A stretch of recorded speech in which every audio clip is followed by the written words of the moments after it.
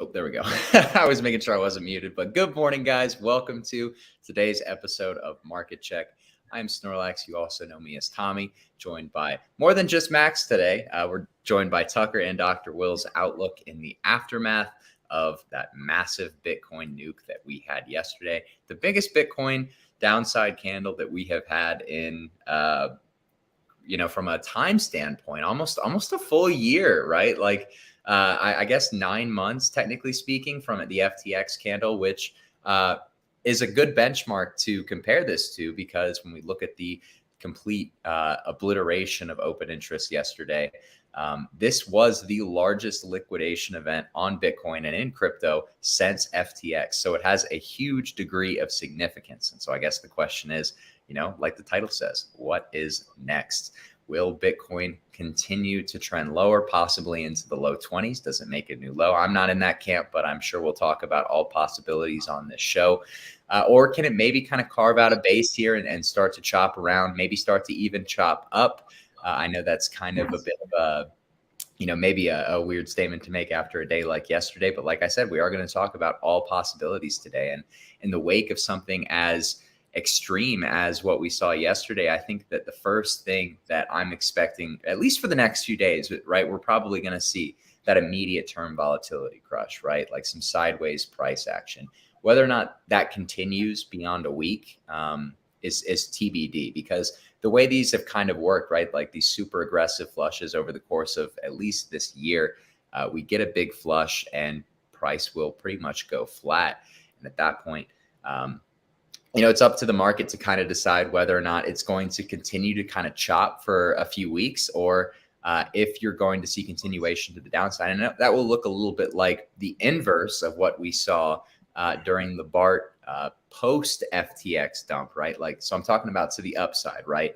When we came from about 16K up to 21K, is this potentially the inverse pattern of that painting? And we have maybe a 5 or 6 day cool off before we see lower prices from here. I think anything's on the table after a day like yesterday that truthfully caught a lot of people off guard. We have talked a lot about the short volatility trade within Bitcoin on ETH. It didn't really blow up as bad on ETH, but it blew up very badly for one. I heard a $500 million fund blew up because of the short volatility trade yesterday. So hey, look, bodies get carted out on days like yesterday. Dude, they deserve it though. Not to even go there, but it's like, dude, if you were short vol with like what we were very obviously seeing, you don't know what the hell you're doing. You kind of don't deserve to be a player in the game anymore. Hey, Max, these institutions were probably shorting volatility right around the bottom, and then also buying hedges for Bitcoin probably at yesterday's lows. So I guess I don't know if you guys follow CL, the yellow cat, on Twitter. He was talking about how somebody they were trying to hedge their deltas as a market maker. So like their bots, their algos, whatever, was trying to, I guess, buy a sizable clip of options to hedge, and they got destroyed because there was no liquidity at that point.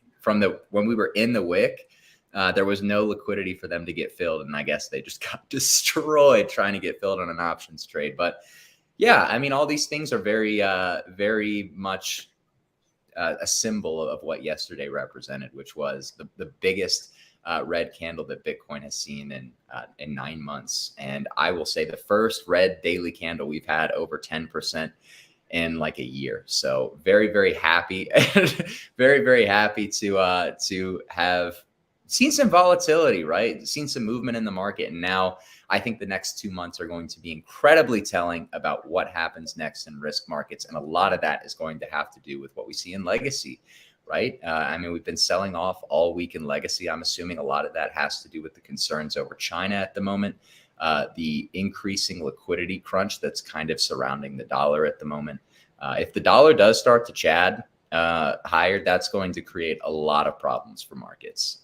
And as somebody who is holding spot with the hope that maybe we can still have a risk on Q4 or Q1, it would be very disastrous for probably everything that I'm still holding, right? And everything that everybody else is still holding, kind of holding out for that same, maybe that same end result. But I guess we'll see. I know Chem Carson predicted this sell-off, right? He always does. He said we'd sell OPEX week. Here we are. Do we not? Do we stop the sell next week? That will be the tell, right? Do equities kind of stop this this just perpetual bleed that they've had all week at some point next week into a reversal, or at the very least just chop, right? Because if you can just start chopping around, forming a base, that can be equally as constructive.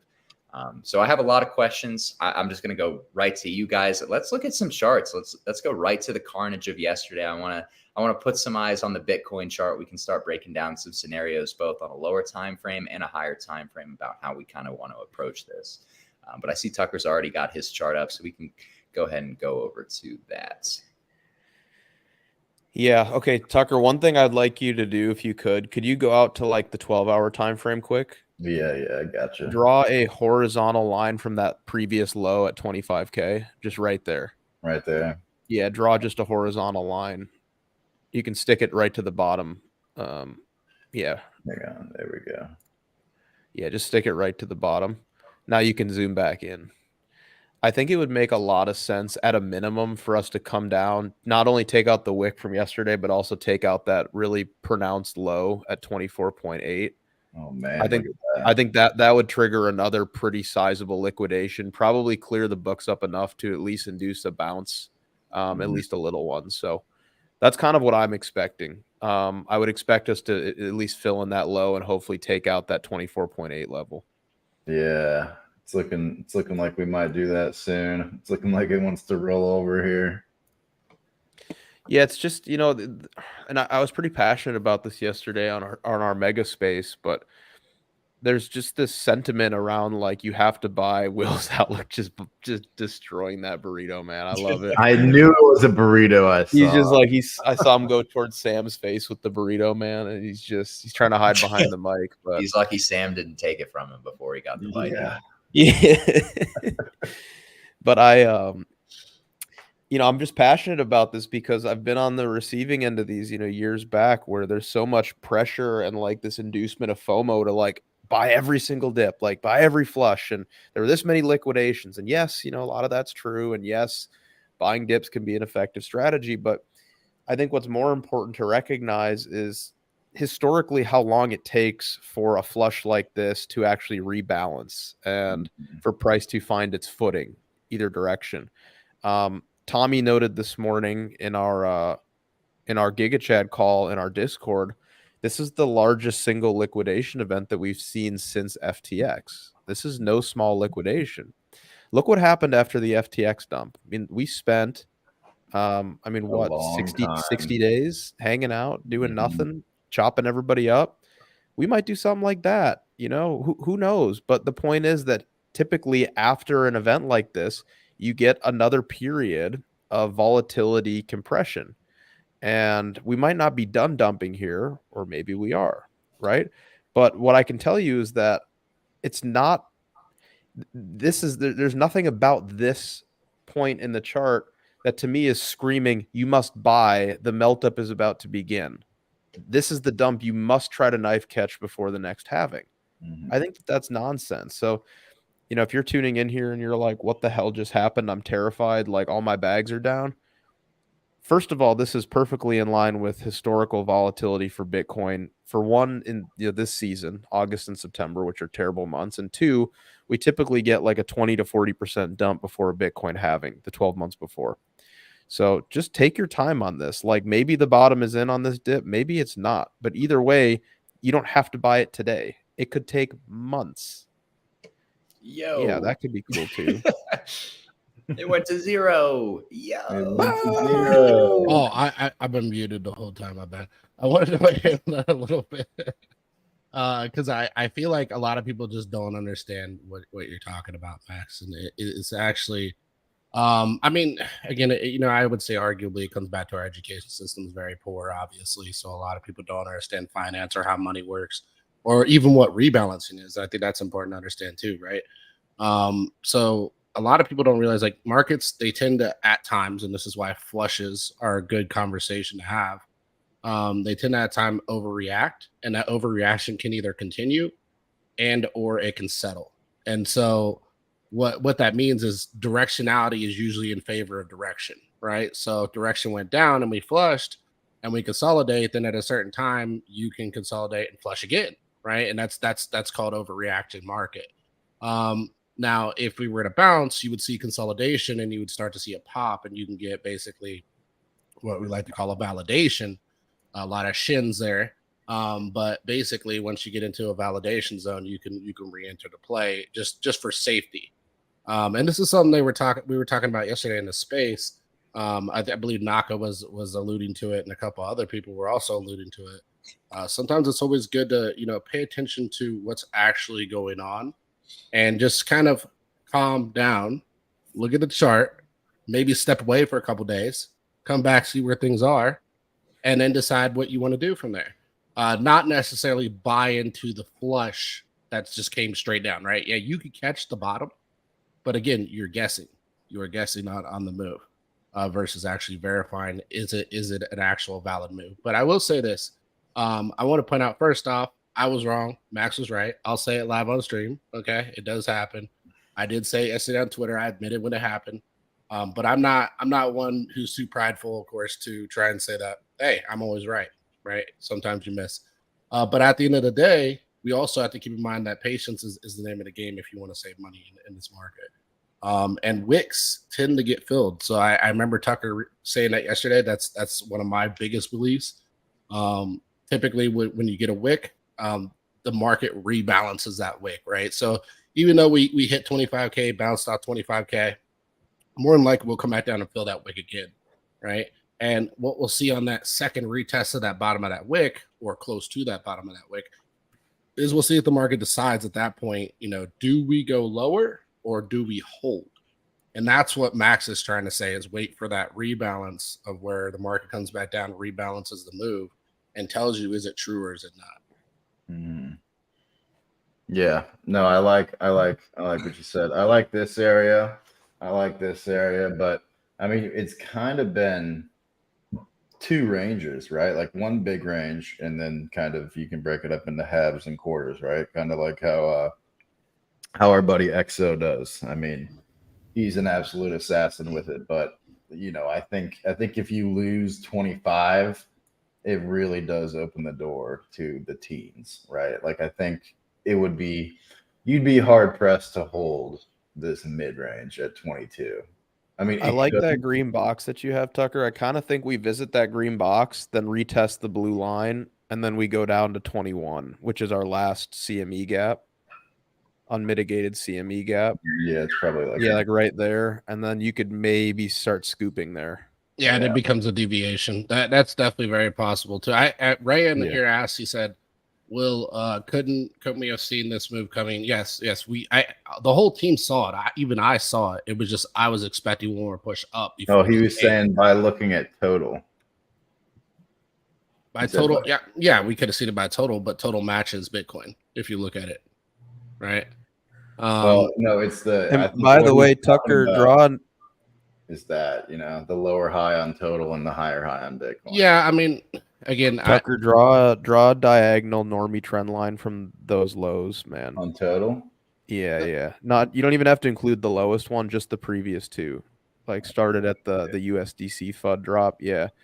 In my opinion, totals basically potentially just retested that line. Like total finally just broke its trend.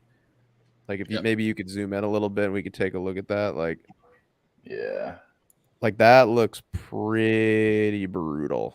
Oh me. Yeah, we're at one. I didn't even notice we were at 1.3. Yesterday we were like at 1.6. That looks like. Look if at you that. Flip the chart. Look at that retest. Yeah. Oh, so if you flip the chart now, it's like, what are you expecting from here? I mean, it looks like we're just starting our breakdown.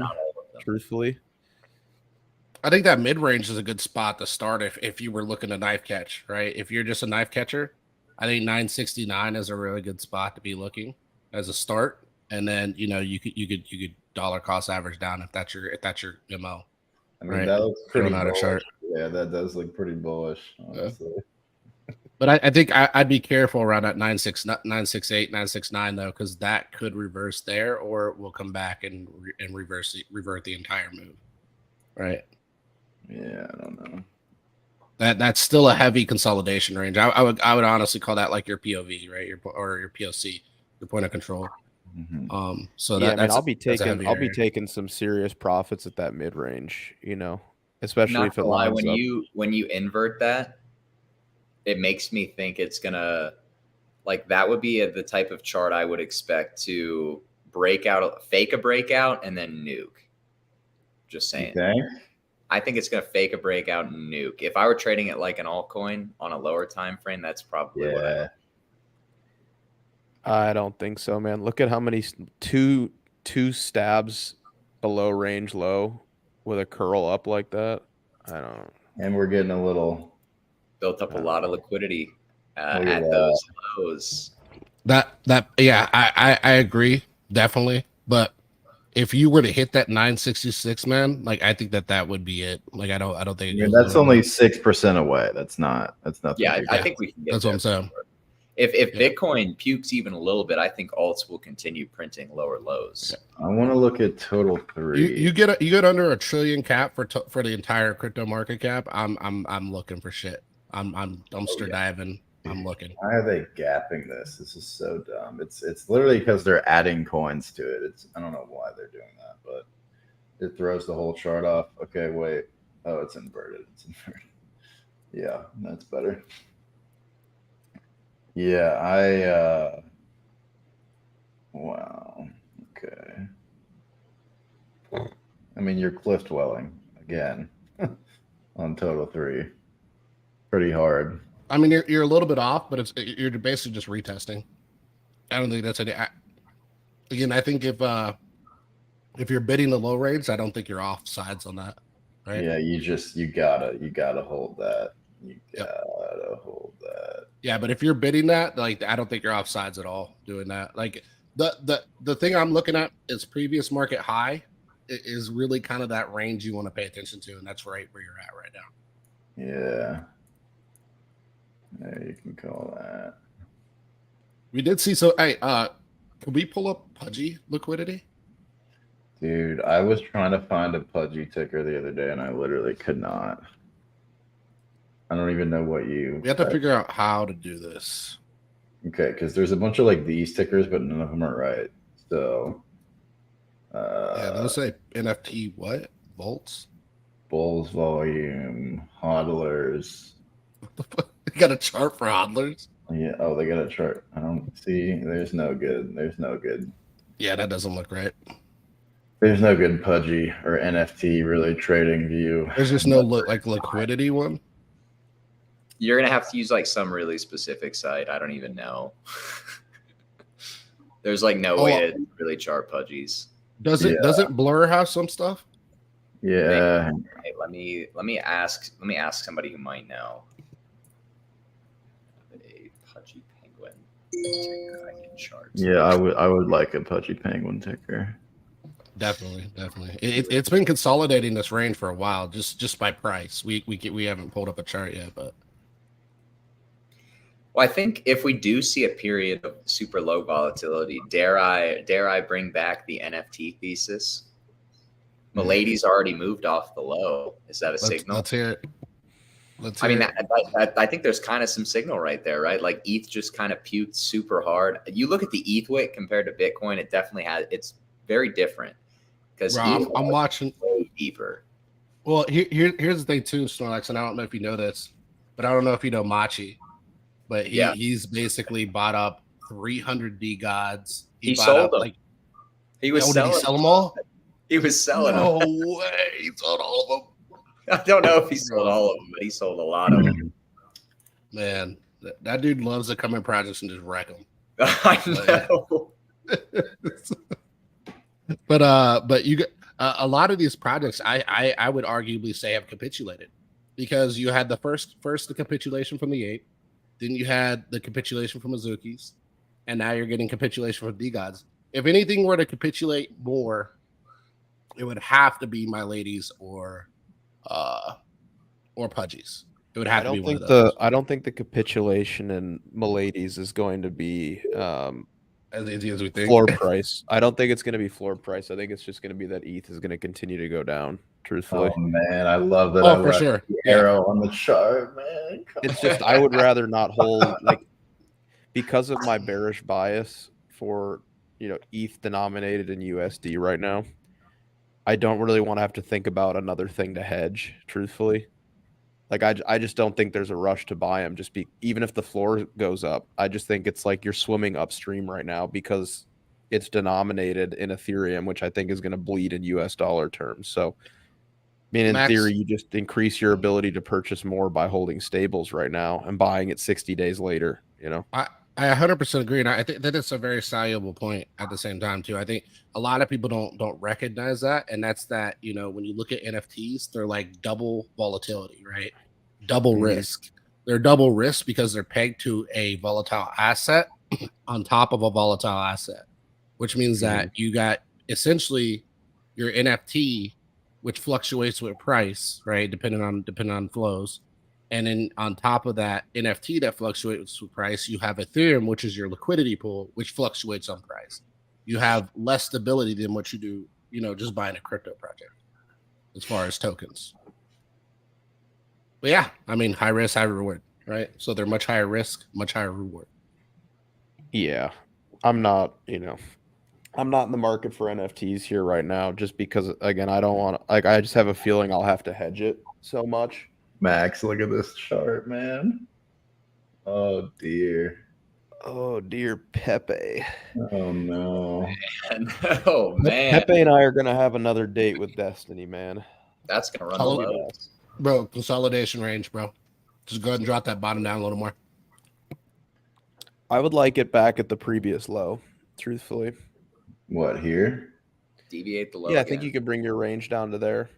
I mean, again, it's taking a page out of the SHIB playbook. Yep. It's just a sideways range. That's all it is. Get your high and your low. Yeah, everybody like I don't think there's a ton of risk in us going significantly lower than the previous low. Maybe a deviation at most, but I mean, if you looked at SHIB and what it did before its blow off expansion after the first little mini bubble, same exact thing, same exact movement. Max, I remember you got out right here. I did because I what's his name that tweeted wick. about it. Yeah, I did it on the show. Who, Tommy? What's his name? Big Andrew trader. Kang. Yeah, Kang. Andrew Kang was looking for extra liquidity, pretty obviously. So I was like, all right, I'm good here. I'll dump. Such cases. Such cases. Speaking of Andrew Kang, he was one of the people who bought Curve, and I don't know if you guys noticed, but very, very quietly last night, Curve made a new low. Oh man. Oh, that was really quiet. I didn't even notice. I wonder where the sign goes now. I don't remember where it goes. Where's that liquidation at? Yeah. I don't know where his liquidation is now. To be fair, I think. Okay, so we know that he sold. The average OTC acquisition price was 40 cents, right? Mm-hmm. So we can only hope that for the sake of the platform, he took some of that liquidity to pay off some of the loans that he had, right? To lower his liquidation price. Yep. Or he just took the money and said, I'm dipping. Do we know if he used the money to pay off some of those under collateralized loans and lower the liquidation? I honestly, I would imagine if he got liquidated, this chart would look a lot worse. I would imagine. Well, Let's dude, see what I can dig up on that. I'm not sure. Yeah, I would have imagined if I was buying from him OTC, it would have been a stipulation of mine that some of that goes towards paying off under collateralized loans. Because if not, then suddenly my 40-cent OTC price is dog shit. And it's going to be 28 cents. That's his new liquidation. I mean, that's, I guess, where things get really, really nasty based on just what I'm seeing on Twitter. But is that where it spreads over to Aave and stuff like that? Yeah, I think so.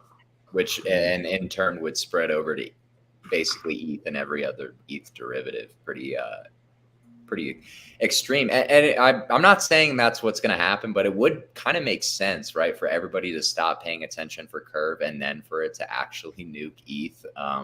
Because I can't really think of anything else that would nuke ETH beyond that, unless we get the scenario as as we were talking about at the start, where Bitcoin just continues lower and lower and lower. Like this is the catalyst for ETH, in my opinion, is kind of what I'm saying. If it's going to be one. Tommy, what would happen to Maker if that happened? That's a good question, and not one. I don't think it would be good. Oh man, it's a good question. Yeah.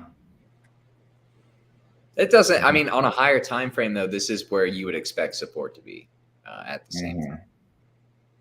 Yeah, but I also think Bitcoin's probably going to go to 22K before this is all said and done. So even if we bounce here, I feel like it's look at that chart. It looks like a bouncy ball, and it looks like it's each bounce it's just like losing momentum, and then it's like eventually it's going to settle on the concrete.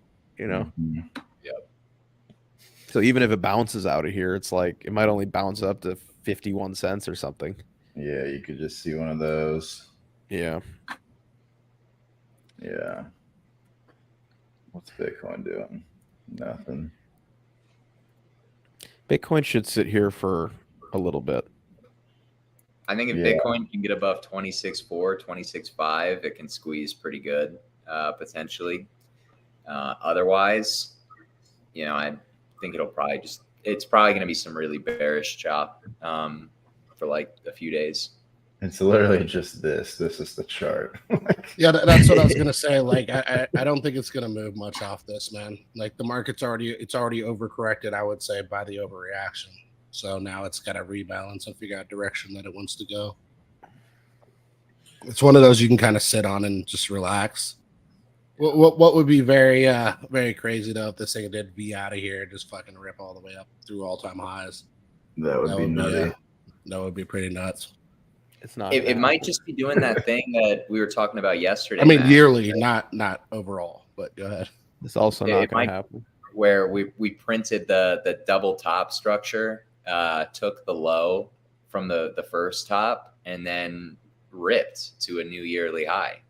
That was what happened in Q1.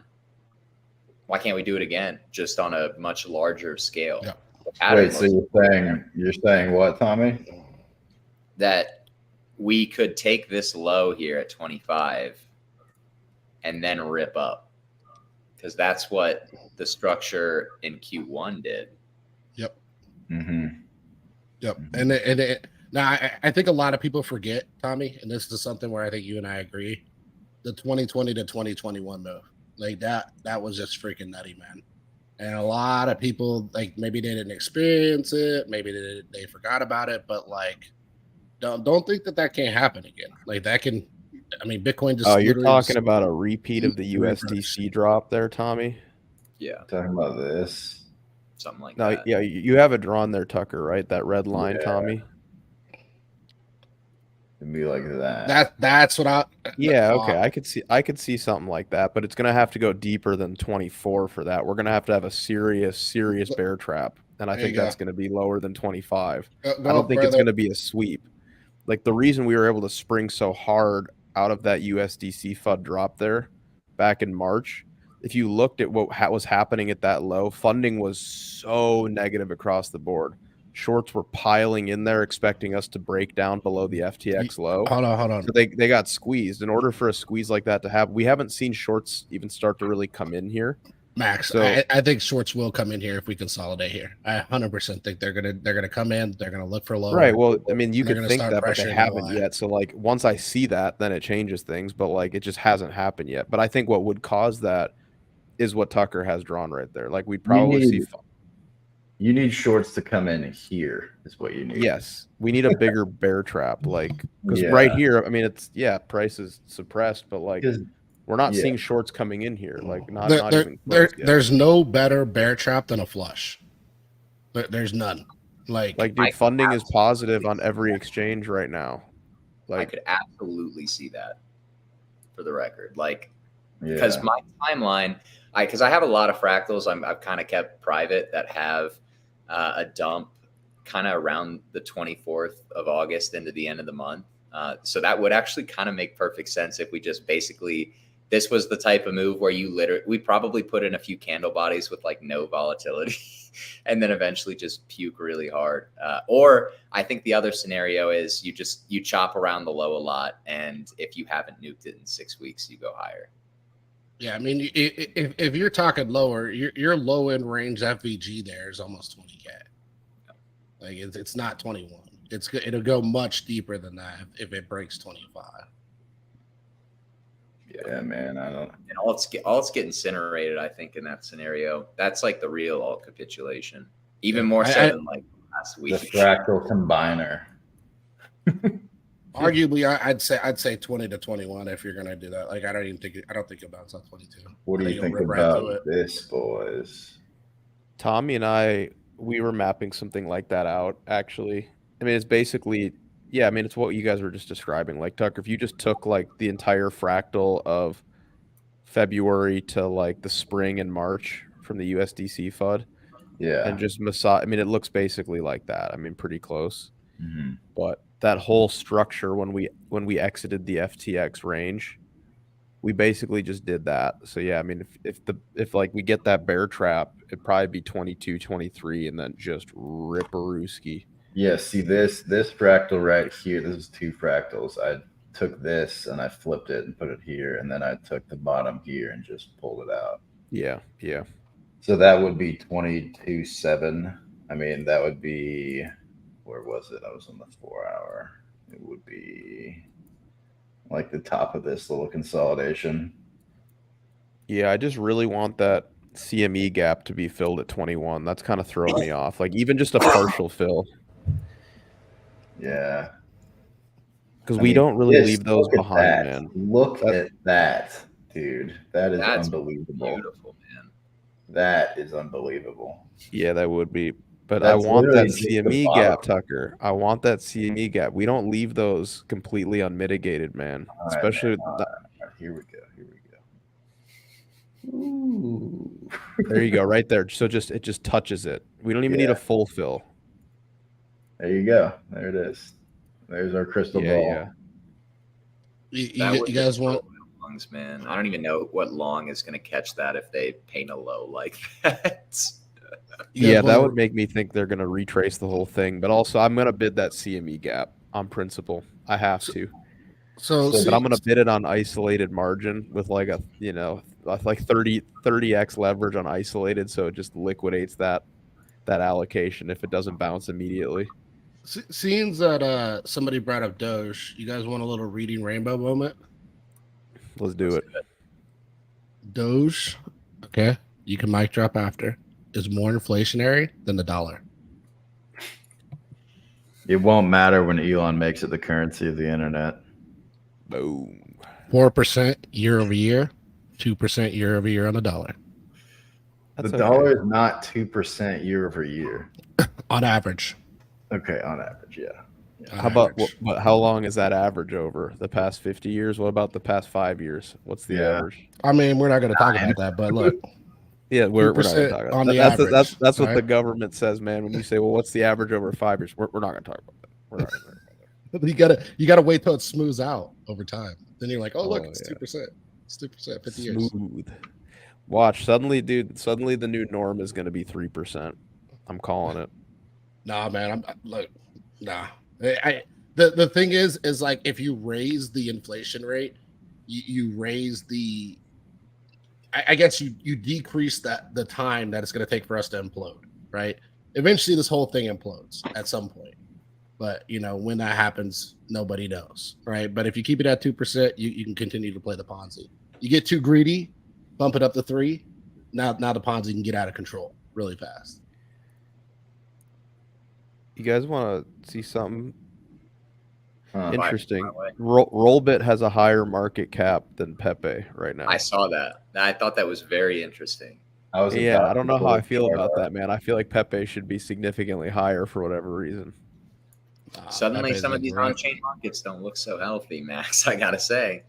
Yeah, I don't think that Rollbit should be higher than Pepe, dude. The meme power of Pepe, like I'm bullish on both. All right, but I just feel like Pepe deserves to be like a top 5 coin. Yeah. I don't know. That surprises me. I don't know why. That really surprises me. I think people always, and this is why I love exchange tokens, they always forget the power of holding the majority, right? You can market make anything if you had the majority of it. So like these exchanges manipulate the shit out of these exchange tokens because they own the majority of them, right? So they can twap them all day. Just literally just yank them down, rip them back up, yank them down, rip them back up, and continue to manipulate the price of them. Mm-hmm. Yeah, so you got a juicy area. You got a juicy area in here. You got a juicy area in here.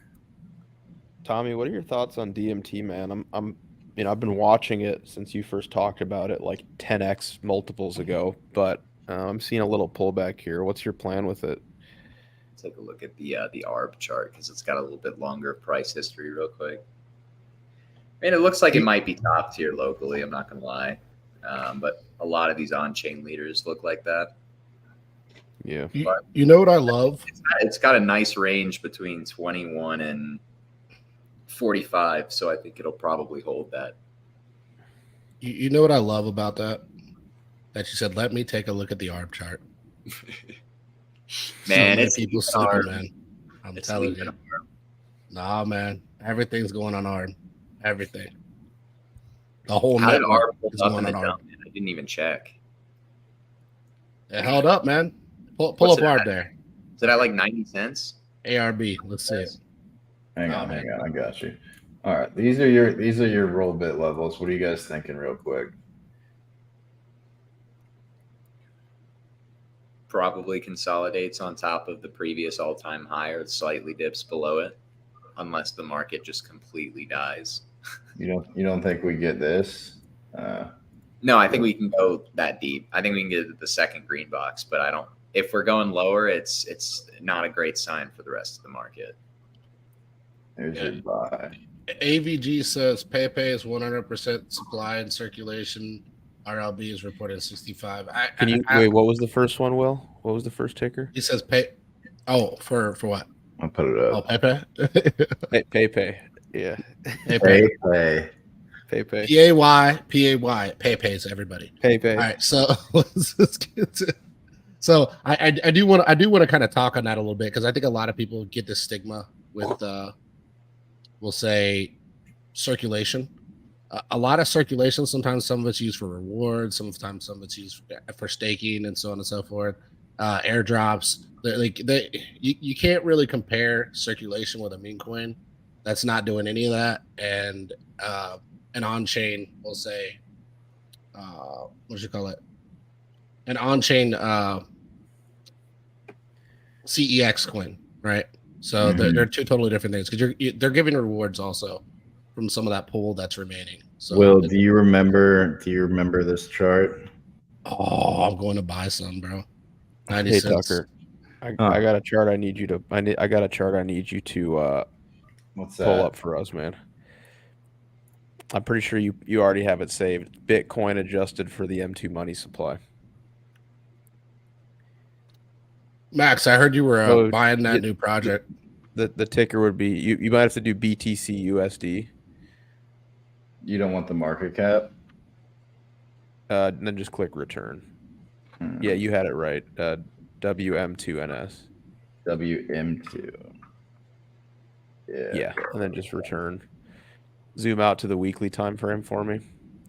Let's draw from the 2017 all-time high. Let's draw a line. Oh, now we want to look at higher time frames. Now we want to talk charts. Man, what does that look like? You said, "Oh, why do higher time?" Do we want it in log? You can do whatever you want to do. I mean, you're also sitting on support below. Just saying. Draw a line straight across. Cope zero. Cope zero, man. Draw one across the lows. Just a line, man. What lows? These lows? Yeah. What'd you say, Tommy? It's just a line? It's just drag it all the way over. Oh, it's just a line. You're looking at the weekly. I need to see a box. Oh, look at that. Look at that. There you go. Yeah. Look at that control area. Control. Yeah, it looks really in control right now. Hold on. Go back to last market. Go back to last market. Up here? You're talking about the 2017. previous market right there. Where are we sitting on top of? What, this wick? Yep. Liquidity.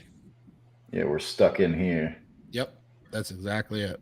If you lose that, it's going to be looking pretty grim. Like if you lose that beyond a weekly, like if you close the weekly below 25, because that's one thing I remember about the USDC FUD. It was just a wick. And it did appear very manipulated in hindsight. If we get a move like that below 25 and it gets bought back up, I think that's a giga long, personally. Yeah. I'm in the same boat. I don't know if we revisit that low, man. Just because of where we're sitting. Yeah. Okay, what if M2 continues to decrease? That chart could very they have easily to move together. That chart could very easily talking in M2. You know, I think that's part of the unanswered question. Do equities just beeline to close the jaws with bonds, or are they is it more of like a prolonged closing? What's going on with bonds today? I don't want to spend too much time on it because they're boring to talk about, but we should talk about equities, especially the SPX, because we are coming down into a pretty critical level at 4,300 here. And I think if we go lower, then we're probably talking 4,100, 4,150. You gotta hold 4,300, man, or I think you're going straight to 4,100. I don't think there's any stops in between. Oh, look at that, my green box. Wow. Ooh. I mean, it's holding on it for now. I think it goes down to 4,300. Or definitely, I think it's going to. Who could have foreseen this? Big tough green box. You got that big country tuck. Who could have known? Saw the future. Pull that green box to the left there, though, Tucker. You just have that liquidity top there that just I see it. It's begging to be brought back to it. Yeah. I think we need a deviation back in like right underneath it, like bear trap. If you get a deviation, that'd be good. Yeah. I'll bid that normie trend line or deviation. Or at least just there's your trend line. Maybe Tommy, we need to get you a better mic, man. You always like it sounds so soft that sometimes we end up cutting you off unintentionally. I think I'm a little bit powerful mic. Hold on. Does that help? Yeah. Tommy, you gotta get yourself one of these, brother. Get yourself one of these. The problem is I think you have like some kind of noise suppressant. So when somebody else talks, it pushes you back, and then so we can't hear what you're saying. I think it's because I have a Mac, Will.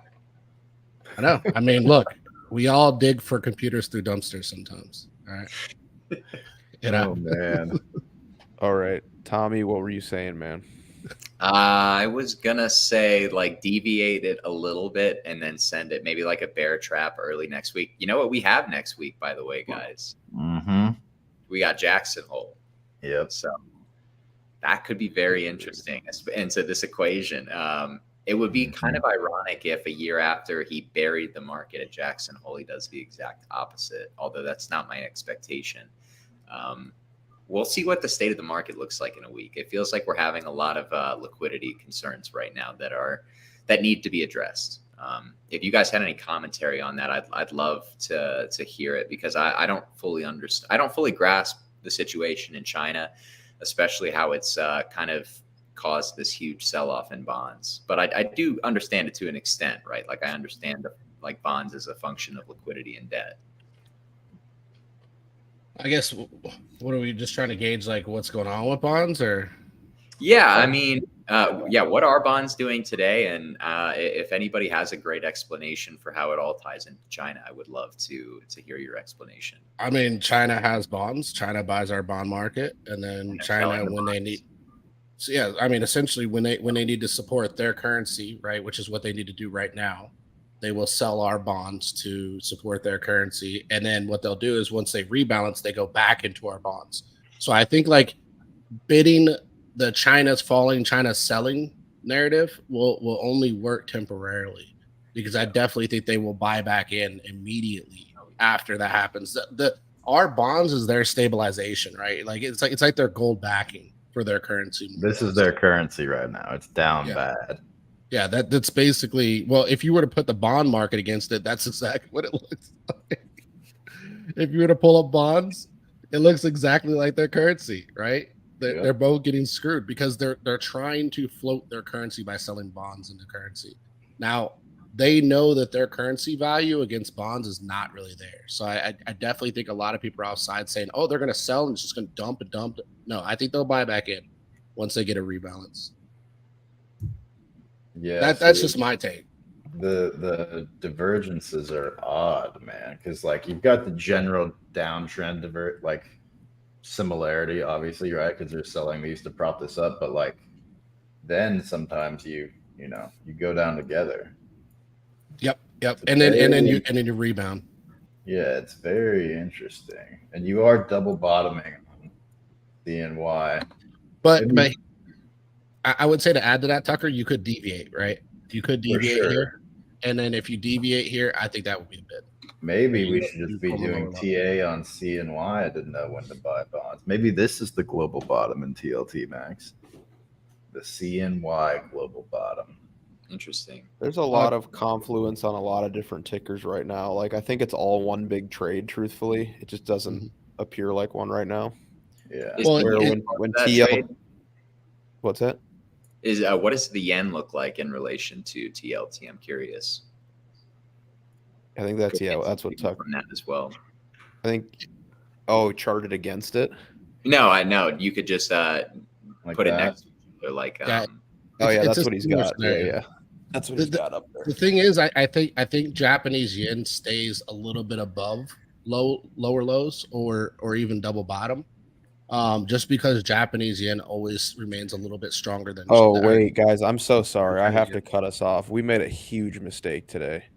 I haven't prompted everyone to like the video yet. Oh, I thought we weren't live. Oh my god! Imagine if we weren't live the whole time, man. That would have been so funny.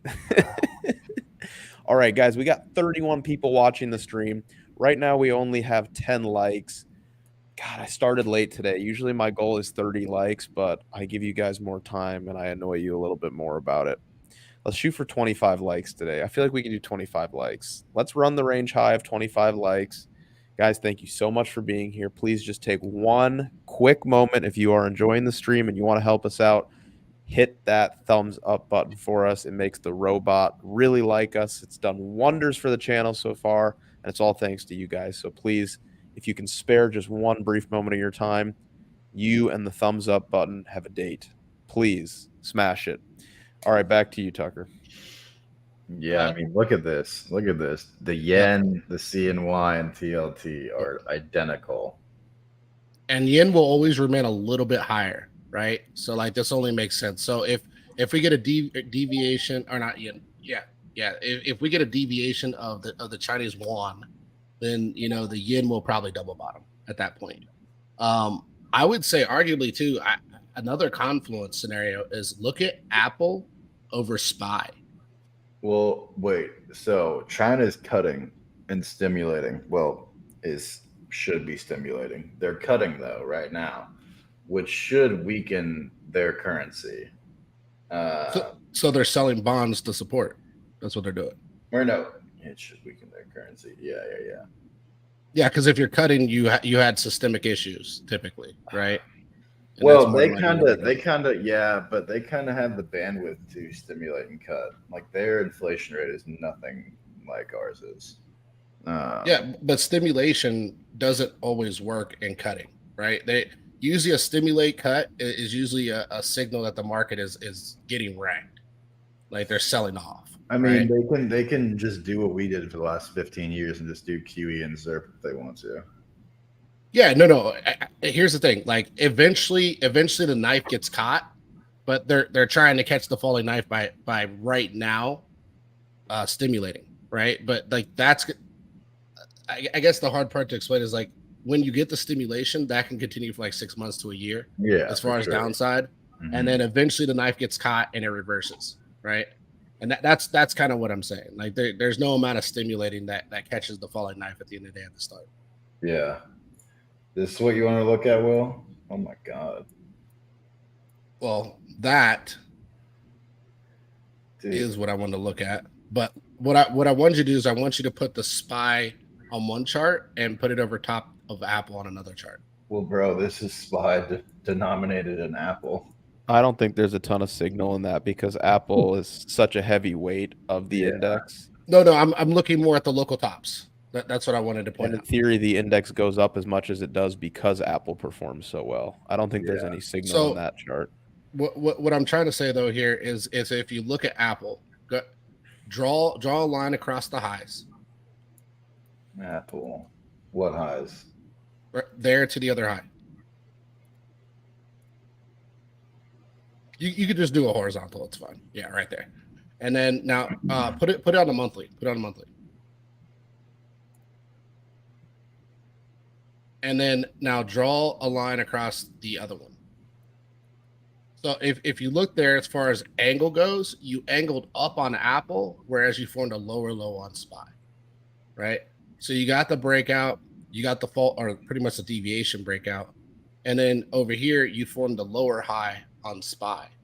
So I found that really interesting that Apple was able to push so high, and SPY was still forming a lower high on the move. It was almost like an inversion of the two on that complete move, right? And that's more of the point I wanted to look at, and just from a pattern standpoint, once you kind of broke that low there, you violated, and now you've got a really good chance of coming down much deeper. And I think if that's the case, we probably will see 4,100 SPY. Yeah, because Apple will more than likely go to like 150, 160 to that lower consolidation range. That is a disgusting weekly candle. Yeah, it's engulfed 2 months in one move. Yeah, or that's a monthly candle. Yeah, yeah, that is literally the definition of an engulfing move, right? Apple looks rough. Woof. The fact that we fell back under support, that looks really freaking bad for Apple. From a price Can you do me a favor, Tucker, on the Apple chart? Draw a diagonal normie trend from basically the end of last year. I think we're going to get a bounce there on that retest. Where? So like from where your yellow line starts, beginning of last year. I'm sorry. So 2020, all the way to the left. So like the high of 2021 or 2022, up. Yeah, right there. Diagonal normie trend across all those highs, going down. Okay. Oh, you mean okay? I see what you're saying. Yeah. I think that's going to be a bounce level right there. And I think that'll line up with SPX at 42.90, 42.80, crypto at probably 23, and then it's one big trade. Max, what if you bounce there and come back up to resistance and reject? Yeah, you could definitely put in a lower high, no doubt. But I think that's a level you have to at least expect some level of support. Right there. That's your lower high. And then roll. Yep. Yeah, we could do something like that. We could definitely do something like that. But also, if you're expecting a double top on equities still, and you're expecting S&P 500 to go to 4,900 or 5,000, then I would expect it to probably, at a minimum go up and make a double top itself because it carries so much weight for the index, which you're expecting to make a new all-time high. But yeah, I mean, it'll be hard to say, but point being is like, I think you bounce at that level. I think there's a lot of confluence with like the index itself, sub 4,300. And then, we look towards the all-time high if we get a big bounce out of there. But it could end up being a lower high for sure. I mean, dude, look. I mean, if you flip this, though, if you flip 4,300, you're probably going to all-time highs. Like, if it can hold here, I mean, you can kind of chop this in half, right? Like, that's what that green box is, basically. Yep. If you flip that, that's your send it moment. You know what it probably does, Tucker? The exact same thing it did at 4,200. It's going to chop and grind here for about like 2 months, make everybody think both directions, and then it's going to send, which is why I think the case for downside needs to happen sooner than later, or else you're just going to go sideways and eventually up.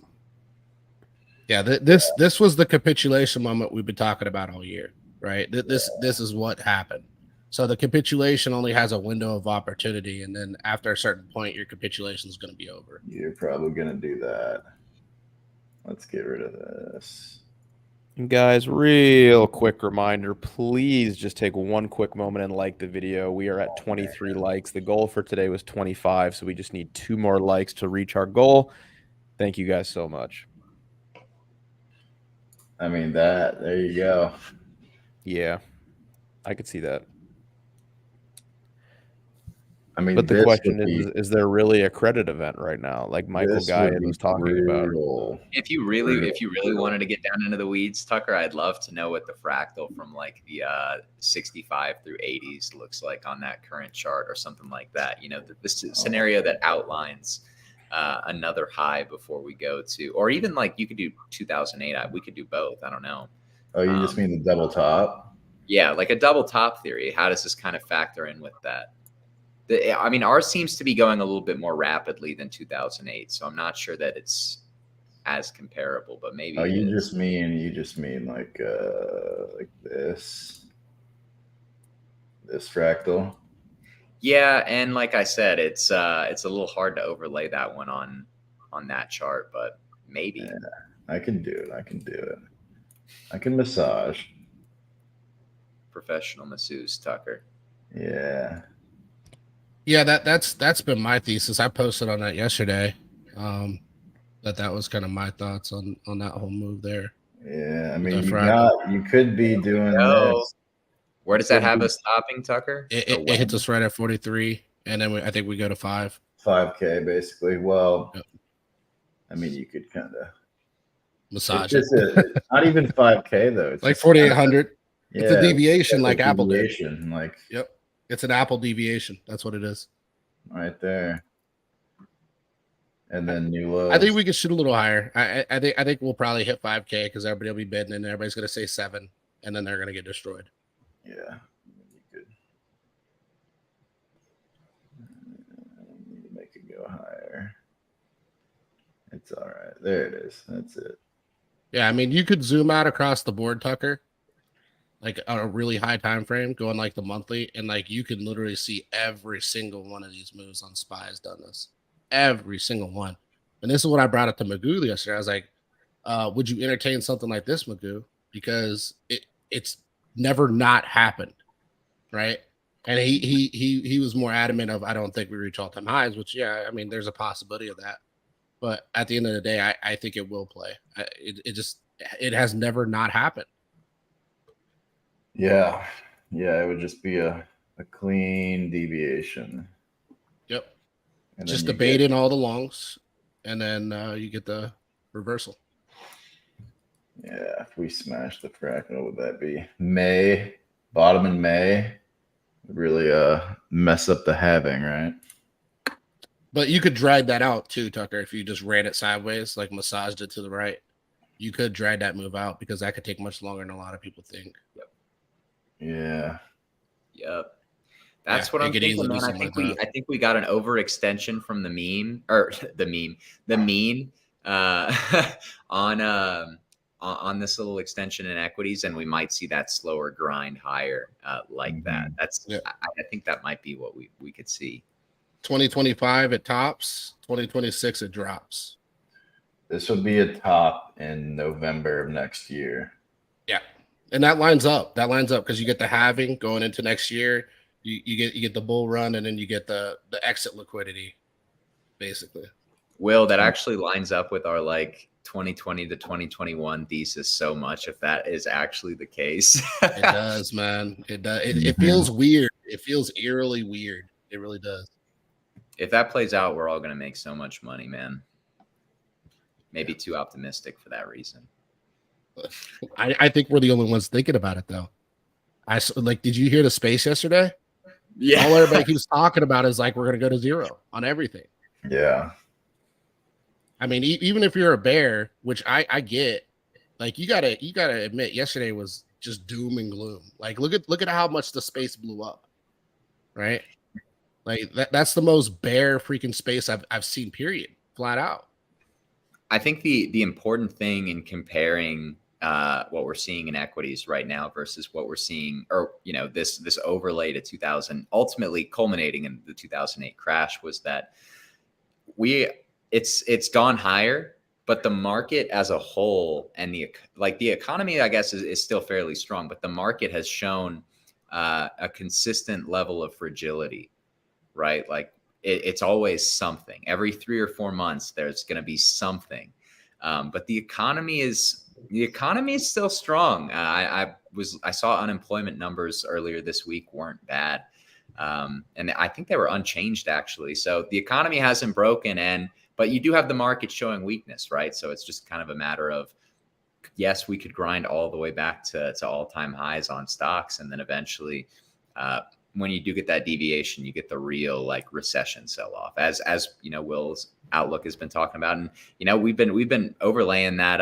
I think we've been overlaying the 2008 fractal for like since at least May or June now. So would love to see that play out. A lot of people, they like, here's the thing. Look, previous cycles, they would happen. It took longer, right? And now from 2000 to 2008, so the 70s, it took a lot longer. It was like a 10-year span, 12-year span, whatever.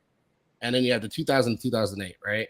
And now it's going to take even shorter of a period of time now to be able to play out that same 2000 to 2008 fractal, right? It's only going to take a matter of 4 to 6 years.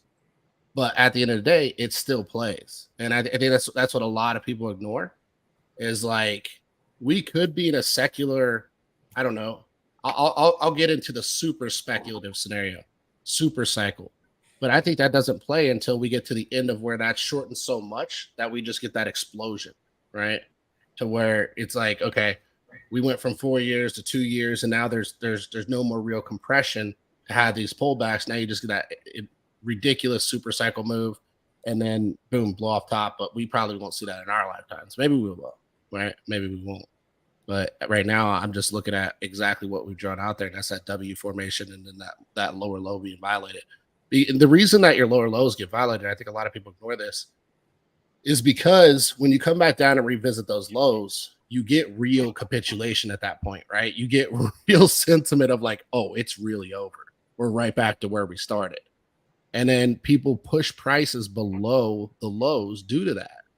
And this is where deviations play. This is why SPY specifically shows that deviation low below the previous low every single time it does this. Is Bitcoin? Can we hop on the 1 minute chart? What's it doing? It's interesting how some alts are holding here while Bitcoin is dumping. Well, I think that's just lack of liquidity. These don't have anything left to sell. That's true. So it's like, be careful saying that though, Will. Nothing left to sell. I mean, they can go to zero. They can go to zero. I won't say that can't happen. I mean, we got, what else we got?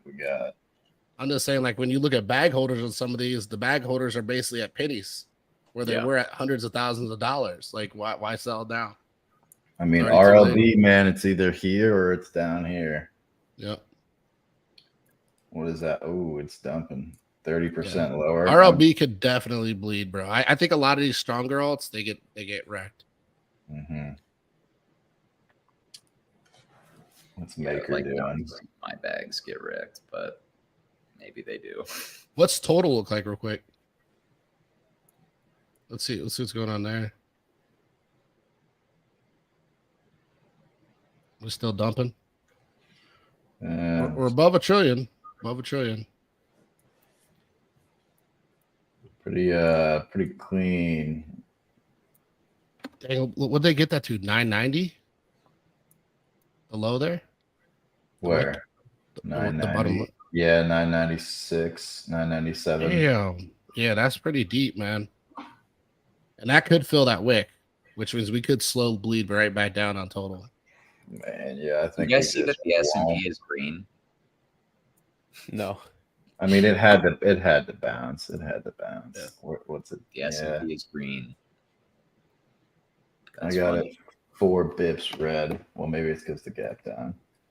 It's still got room to that normie trend line though. Probably not a surprise that you have the NASDAQ leading to the downside now that liquidity concerns are present in the market. Man, green box, guys. Green box. Look at that. You had limits set, right, Tucker? No. He said no. No, I didn't. Man. Yeah. 43.35. Man, oh man. I mean, I'm honestly glad I didn't have limits set. I mean, I think it's going to come back down, but Yeah, probably would have been a nice move to catch, I guess. But we're going to have some turbulence in the markets for probably the next like 2 weeks, I would imagine, and we can reassess what things look like when that's done. That's kind of how I'm approaching it at the moment. Yeah, I'm not fearful to jump in. I'm not. Like, market rips against me. I have spot, so rips against me, rips down. I'll have to evaluate whether I get a short or not. I think they're going to squeeze shorts probably up to there. If you get up to here, it's probably bullish. But I think you could get up to here, do something like that. I'd say if you get above there and use it as support, you're bullish. For sure. Get above 4,400. For sure. If you do, you can use it as support. Yeah. But yeah.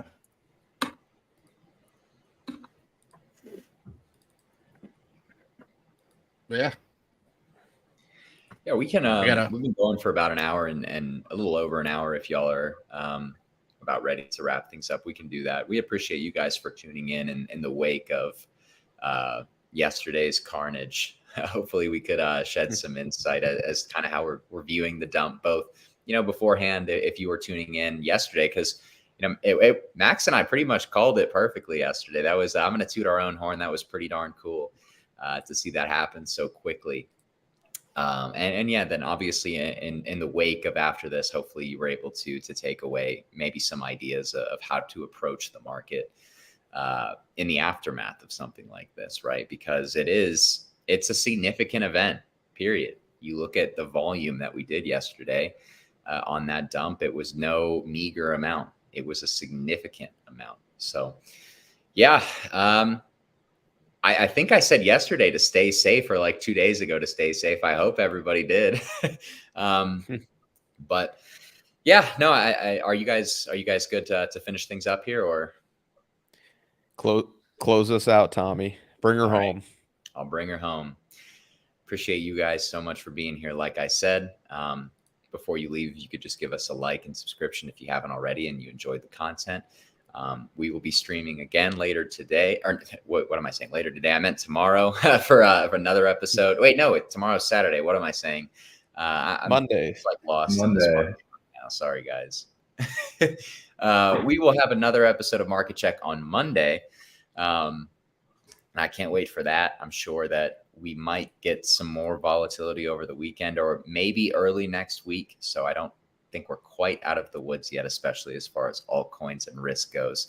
We will continue to see how these developments in China, proceed. And I think it's just a very huge part of what's happening in markets. And then obviously the whole issue of liquidity is the biggest thing, right? Like, do the jaws continue to close in a straight? Do they just beeline towards each other, or is it kind of a bit more gradual of a closing? We'll see. All that and more next week, guys. But let's wrap this week up. It was a great week of trading, great week of markets, a lot of entertainment and volatility.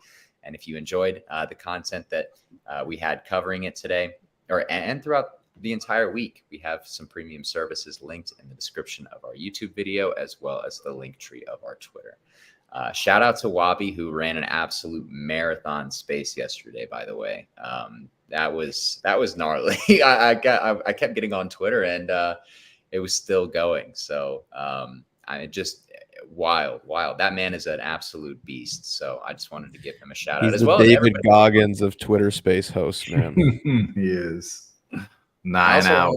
To shout out everybody else on the team for I think just crushing markets in general over the last few months and especially over the last few weeks. But yeah, y'all have a great rest of your Friday and enjoy your weekend.